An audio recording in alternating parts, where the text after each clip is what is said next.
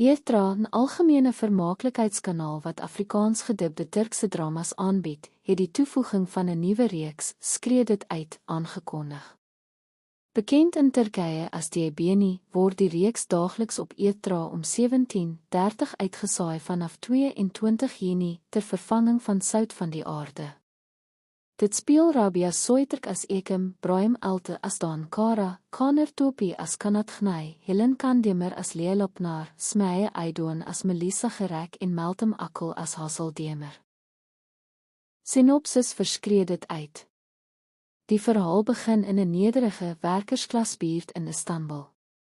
Die beste vriende Ekim en Leela is gewone tieners wat hulle lewenslang van buite af na die ultraryk families in die buurt kyk.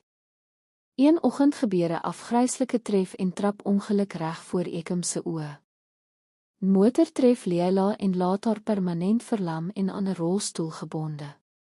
Die enigste leidraad wat Ekim het, is dat die bestuurder 'n misterieuse masker gedra het. Die motor vlug van die toneel af en verdwyn in die parkeerarea van Gerek Skool, 'n prestige ryke privaat skool wat uitsluitlik vir die stad se elite kinders bedoel is. Terwyl die openbare verontwaardiging toeneem en die werkersklasgemeenskap geregtigheid eis, neem die welgestelde administrasie van Gerek Skool stappe om die skandaal te begrawe.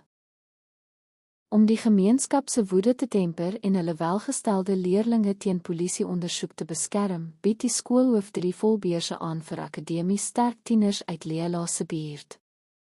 Ekim, Bekir en Aye word gekies om by te woon, terwyl Bekir en Aye dit as 'n ontsnapping uit armoede sien, aanvaar Ekim die beurs met een enkele gevaarlike doel, om die gemaskerde bestuurder op te spoor.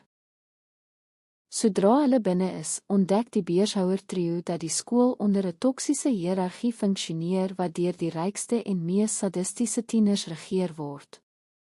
Geleide deur Kanat en 'n genadeloose meisie genaamd Melissa, onderwerp die ryk leerlinge die nuwe buitestanders aan sielkundige en fisieke marteling om hulle te dwing om uit te val, terwyl Ekim aanhoudend teen die boelies opstaan. Raak Kanat diep geïntrigeerd deur haar veerkragtigheid. Hulle wederwysige vyandigheid verander geleidelik in 'n hoogs gekompliseerde, gevaarlike aantrekkingskrag. Dit maak Melissa woedend, wat niks sal ontsien om Ekim te vernietig nie.